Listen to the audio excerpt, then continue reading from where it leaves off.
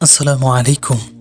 একজন বাদশাহ যিনি সূর্য অস্ত যায় এমন জায়গায় পৌঁছেছিলেন, আর তারপর তিনি কি দেখলেন, কি এমন গোপন রহস্য লুকিয়ে আছে গ্রহ নক্ষত্রের পিছনে।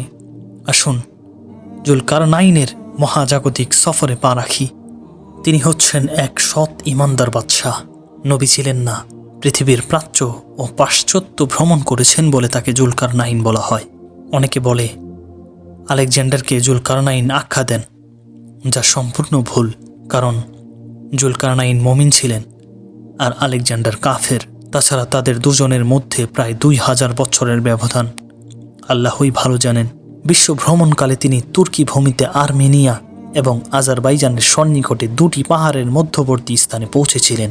এখানে দুটি পাহাড় বলতে ইয়াজুজ মাজুজের উৎপত্তি স্থল উদ্দেশ্য, যেখান দিয়ে এসে তারা বিশৃঙ্খলা সৃষ্টি করত, ফসলাদি বিনষ্ট করত। তুর্কিরা জুলকারনাইন সমীপে নির্ধারিত ট্যাক্সের বিনিময়ে একটি প্রাচীর নির্মাণের আবেদন জানালো, কিন্তু বাদশাহ জুলকারনাইন পার্থিব তুচ্ছ বিনিময়ের পরিবর্তে আল্লাহর প্রতিদানকে প্রাধান্য দিলেন। বললেন, ঠিক আছে, তোমরা আমাকে সহায়তা করো। অতঃপর বাদশাহ ও সাধারণের যৌথ পরিশ্রমে একটি সুদৃঢ় লৌহ প্রাচীর নির্মিত হল। ইয়াজুজ মাজুজ আর প্রাচীর ভেঙে আসতে পারেনি। এই ঘটনা বিস্তারিত বর্ণনা করতে গেলে প্রথমেই আসা যায় ইয়াজুজ মাজুজের কথায়। ইয়াজুজ মাজুজ এরা তুরস্কের বংশোদ্ভূত দুটি জাতি। কুরআন মাজিদে এই জাতির বিস্তারিত পরিচয় দেয়া হয়নি। হাদিস শরীফে বলা হয়েছে তাদের নাক চ্যাপ্টা, ছোট ছোট চোখ বিশিষ্ট।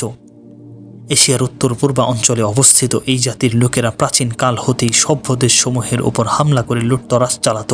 মাঝে মাঝে এরা ইউরোপ ও এশিয়া উভয় দিকে শয়লাভের আকারে ধ্বংসের থাবা বিস্তার করত।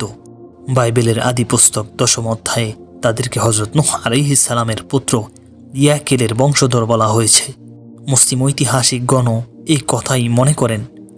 রাশিয়া ও ইউরোপ চীনে এদের অবস্থান বলে বর্ণনা পাওয়া যায়। সেখানে অনুরূপ চরিত্রের কিছু উপজাতিরা রয়েছে যারা তাতারি, মঙ্গল, হন ও সেথিন নামে পরিচিত। তাছাড়া এই কথাও জানা যায় তাদের আক্রমণ থেকে আত্মরক্ষার জন্য ককেমপসের দক্ষিণাঞ্চলের দরবন্ত ও দারিয়ালের মাঝখানে প্রাচীর নির্মাণ করা হয়েছিল। ইসরায়েলি ঐতিহাসিক ইউসিফুল তাদেরকে সেথিন জাতি মনে করেন এবং তার ধারণা তাদের এলাকা কৃষ্ণ সাগরের উত্তর ও পূর্ব দিকে অবস্থিত ছিল। জিরোমের বর্ণনা মতে মাজুজ জাতির বসতি ছিল ককেশিয়ার উত্তর কাস্পিয়ান সাগরের সন্নিকটে। ইয়াজুজ এবং মাজুজ হচ্ছে আদম সন্তানের মধ্যে দুটি গোত্র, যেমনটি হাদিসে এবং বিভিন্ন গ্রন্থে বর্ণিত হয়েছে। তাদের মধ্যে কিছু মানুষ অস্বাভাবিক বেটে, আবার কিছু অস্বাভাবিক লম্বা। কিছু অনির্ভরযোগ্য কথাও প্রসিদ্ধ যে তাদের মাঝে বৃহৎ কর্ণ বিশিষ্ট মানুষও আছে। এক কান মাটিতে বিছিয়ে এবং অপর কান গায়ে জড়িয়ে বিশ্রাম করে, বরং তারা হচ্ছে সাধারণ আদম সন্তান। বাদশাহ জুলকারনাইনের যুগে তারা অত্যাধিক বিশৃঙ্খল জাতি হিসেবে প্রসিদ্ধ ছিল। অনিষ্টতা থেকে মানুষকে বাঁচাতে জুলকারনাইন তাদের প্রবেশ পথ বৃহৎ প্রাচীর নির্মাণ করেছিলেন। নবী করিম সাল্লাল্লাহু আলাইহি ওয়াসাল্লাম বলে গেছেন যে ঈসা নবী অবতরণের পর তারা সেই প্রাচীর ভেঙে বেরিয়ে আসবে। আল্লাহর আদেশে ঈসা আলাইহিস সালাম মুমিনদেরকে নিয়ে তুর পর্বতে আশ্রয় নেবেন। অতঃপর স্কন্দের দিক থেকে এক প্রকার পোকা সৃষ্টি করে আল্লাহ তাদেরকে ধ্বংস করবেন। বাদশাহ জুলকারনাইনের আলোচনা করতে গিয়ে আল্লাহ তাআলা বলেন, আবার সে পথ চলতে লাগল। অবশেষে যখন সে 2 পর্বত প্রাচীরের মধ্যস্থলে পৌঁছল, তখন সেখানে এক জাতিকে পেল যারা তার কথা একেবারেই বুঝতে পারছিল না। তারা বলল, হে জুলকারনাইন, ইয়াজুজ ও মাজুজ দেশে অশান্তি সৃষ্টি করেছে। আপনি বললে আমরা আপনার জন্য কিছু কর ধার্য করব, এই শর্তে যে আপনি আমাদের ও তাদের মধ্যে একটি প্রাচীর নির্মাণ করে দিবেন। সে বলল, আমার পালনকর্তা আমাকে যে সামর্থ্য দিয়েছেন তাই যথেষ্ট। অতএব তোমরা আমাকে শ্রম দিয়ে সাহায্য করো, আমি তোমাদের ও তাদের মধ্যে একটি সুদৃঢ় প্রাচীর নির্মাণ করে দিব। তোমরা লোহার পাত এনে দাও। অবশেষ যখন পাহাড়ের মধ্যবর্তী ফাঁকা স্থান পূর্ণ হয়ে গেল, তখন সে বলল, তোমরা হাঁপড়ে দম দিতে থাকো।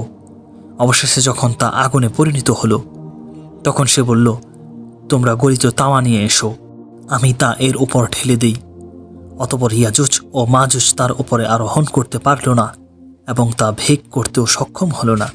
তিনি হচ্ছেন এক সৎ ইমানদার বাদশাহ, নবী ছিলেন না। প্রসিদ্ধ মত অনুযায়ী পৃথিবীর প্রাচ্য ও পাশ্চাত্য ভ্রমণ করেছেন বলে তাকে জুলকারনাইন বলা হয়। অনেকে আলেকজান্ডারকে জুলকারনাইন আখ্যা দেয়, যা সম্পূর্ণ ভুল, কারণ জুলকারনাইন মুমিন ছিলেন আর আলেকজান্ডার কাফের। তাছাড়া তাদের দুজনের মধ্যে প্রায় 2000 বৎসরের ব্যবধান, আল্লাহই ভালো জানেন। বিশ্ব ভ্রমণকালে তিনি তুর্কি ভূমিতে আর্মেনিয়া এবং আজারবাইজানের সন্নিকটে দুটি পাহাড়ের মধ্যবর্তী স্থানে পৌঁছেছিলেন। এখানে দুটি পাহাড় বলতে ইয়াজুজ মাজুজের উৎপত্তি স্থল উদ্দেশ্যে, যেখান দিয়ে এসে তারা বিশৃঙ্খলা সৃষ্টি করত, ফসলাদি বিনষ্ট করত। তুর্কিরা জুলকারনাইন সমীপে নির্ধারিত ট্যাক্সের বিনিময়ে একটি প্রাচীর নির্মাণের আবেদন জানালো, কিন্তু বাদশাহ জুলকারনাইন পার্থিব তুচ্ছ বিনিময়ের পরিবর্তে আল্লাহর প্রতিদানকে প্রাধান্য দিলেন। বললেন, ঠিক আছে, তোমরা আমাকে সহায়তা করো। অতঃপর বাদশাহ ও সাধারণের যৌথ পরিশ্রমে একটি সুদৃঢ় লৌহ প্রাচীর নির্মিত হল। ইয়াজুজ মাজুজ আর প্রাচীর ভেঙে আসতে পারেনি। পূর্বেই বলা হয়েছে তারা হচ্ছে আদম সন্তানেরই এক সম্প্রদায়। হাফেজ ইবনে হাজার রাহিমাহুল্লাহ এর মতে তারা নূহ আলাইহিস সালামের পুত্র ইয়াফিসের পরবর্তী বংশধর। ইমরান বিন হুসাইন রাদিয়াল্লাহু আনহু থেকে বর্ণিত, কোনো এক ভ্রমণে আমরা নবীজির সাথে ছিলাম। সাথীগণ বাহন নিয়ে এদিক সেদিক ছড়িয়ে পড়ল। নবীজি উচ্চ কণ্ঠে পাঠ করলেন, হে লোক সকল, তোমাদের পালনকর্তাকে ভয় করো। নিশ্চয়ই কিয়ামতের প্রকম্পন একটি ভয়ঙ্কর ব্যাপার। যেদিন তোমরা তা প্রত্যক্ষ করবে, সেদিন প্রত্যক্ষ স্তন্য ধাত্রী তার দুধের শিশুকে ভুলে যাবে এবং প্রত্যেক গর্ভবতী তার গর্ভপাত করবে, এবং মানুষকে তুমি দেখবে মাতাল, অথচ তারা মাতাল নয়। বস্তুত আল্লাহর আযাব বড় কঠিন। নবীজির উচ্চবাচ্য শুনে সাহাবীগণ একত্রিত হতে লাগলেন। সবাই জড়ো হলে বলতে লাগলেন, তোমরা কি জানো আজ কোন দিবস? আজ হচ্ছে সেই দিবস যে দিবসে আদমকে লক্ষ্য করে আল্লাহ বললেন, জাহান্নামবাসী বের করো। আদম বলবে, জাহান্নামবাসী কে হে আল্লাহ? আল্লাহ বলবেন, প্রতি 1999 জন জাহান্নামে আর একজন শুধু জান্নাতে। নবীজির কথা শুনে সাহাবীদের চেহারায় ভীতির ছাপ উঠে উঠল। তা দেখে নবীজি বলতে লাগলেন, আমল করে যাও, সুসংবাদ গ্রহণ করো। সেদিন তোমাদের সাথে ধ্বংসশীল আদম সন্তান, ইয়াজুজ মাজুজ এবং ইবলিস সন্তানেরাও থাকবে, যারা সব সময় বাড়তে থাকে, অর্থাৎ ওদের থেকে 999 জন জাহান্নামে আর তোমাদের থেকে একজন জান্নাতে। সবাই তখন আনন্দ ও স্বস্তির নিঃশ্বাস ছাড়ল। আরও বললেন, আমল করে যাও, সুসংবাদ গ্রহণ করো ওই সত্তার শপথ যার হাতে আমার প্রাণ নিহিত। মানুষের মাঝে তোমরা সেদিন উটের গায়ে ক্ষুদ্র চিহ্ন বা জন্তুর বাহতের সংখ্যা চিহ্ন সদৃশ্য হবে, অর্থাৎ হাসরের ময়দানে ইয়াজুজ মাজুজ পরবর্তী ধ্বংসপ্রাপ্ত জাতি এবং ইবলিস বংশধরদের উপস্থিতিতে তোমাদেরকে মুষ্টিমেয় মনে হবে। ঠিক উটের গলায় ক্ষুদ্র চিহ্ন আঁকলে যেমন ক্ষুদ্র দেখা যায়, হাসরের ময়দানেও তোমাদের তেমন দেখাবে। আব্দুল্লাহ বিন আমর রাদিয়াল্লাহু আনহু থেকে বর্ণিত, নবী করিম সাল্লাল্লাহু আলাইহি ওয়াসাল্লাম বলেন, ইয়াজুজ মাজুজ আদম সন্তানেরই একটি সম্প্রদায়। তাদেরকে ছেড়ে দেওয়া হলে জনজীবন বিপর্যস্ত করে তুলবে। তাদের একজন মারা যাওয়ার আগে 1000 বা এর চেয়ে বেশি সন্তান জন্ম দিয়ে যায়। তাদের পেছনে 3টি জাতি আছে, তাউল, তারিস এবং মাস্ক। খালিদ বিন আবদুল্লাহ আপন খালা থেকে বর্ণনা করেন, তিনি বলেন, একদা নবী করিম সাল্লাল্লাহু আলাইহি ওয়াসাল্লাম বিচ্ছু দংশনের ফলে মাথায় ব্যান্ডেজ বাঁধা অবস্থায় ছিলেন। বললেন, তোমরা তো মনে করো যে তোমাদের কোনো শত্রু নেই। অবশ্যই নয়, বরং শত্রু আছে এবং শত্রুদের বিরুদ্ধে তোমরা যুদ্ধ করতে থাকবে। অবশেষে ইয়াজুজ মাজুজের উদ্ভব হবে। প্রশস্ত চেহারা, ক্ষুদ্র চোখ, কৃষ্ণ চুলে আবছা রক্তিম।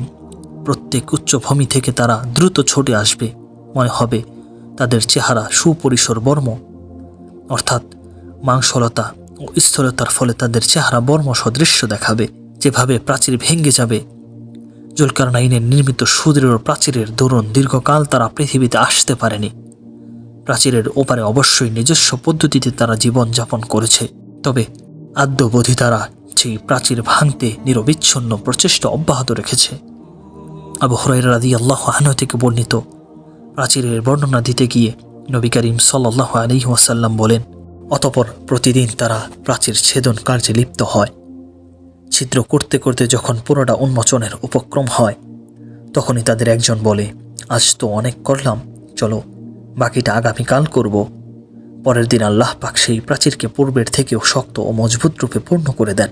অতঃপর যখন সেই সময় আসবে এবং আল্লাহ পাক তাদেরকে বের হওয়ার অনুমতি দিবেন, তখন তাদের একজন বলে উঠবে, আজ চলো, আল্লাহ চাহেন তো আগামীকাল পূর্ণ খোদাই করে ফেলব।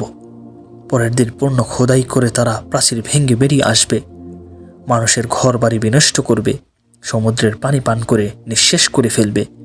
ভয়ে আতঙ্কে মানুষ দূর দূরান্তে পলায়ন করবে। অতঃপর আকাশের দিকে তারা তীর ছুড়বে, তীর রক্তাক্ত হয়ে ফিরে আসবে। তারা ভাববে মহান পরাক্রমশালী, তারা ভাববে মহা পরাক্রমশালী আল্লাহকে তারা হত্যা করেছে। পরবর্তীতে আল্লাহ তাআলা হযরত ঈসা আলাইহিস সালাম এর অনুসারীদেরকে নিয়ে হযরত ঈসা আলাইহিস সালামকে তুর পর্বতে যেতে বলবেন। তারপর আল্লাহ পাক রব্বুল আলামিন এক পোকা বিশিষ্ট কিছু জীবজন্তু দিয়ে এই ইয়াজুজ মাজুজকে ধ্বংস করবেন। সুপ্রিয় দর্শক মণ্ডলী, আশা করি আজকের ভিডিওটি আপনাদের কাছে ভালো লেগেছে। ভিডিওটি ভালো লাগলে ভিডিওতে একটা লাইক দিবেন এবং ভিডিওটা শেয়ার করবেন। অবশ্যই আপনার মতামত কমেন্টে লিখে জানাবেন। আর ভিডিওটি যদি আপনাদের সত্যিই ভালো লেগে থাকে তাহলে চ্যানেলটাকে সাবস্ক্রাইব করবেন। ধন্যবাদ। আসসালামু আলাইকুম ওয়া রাহমাতুল্লাহ।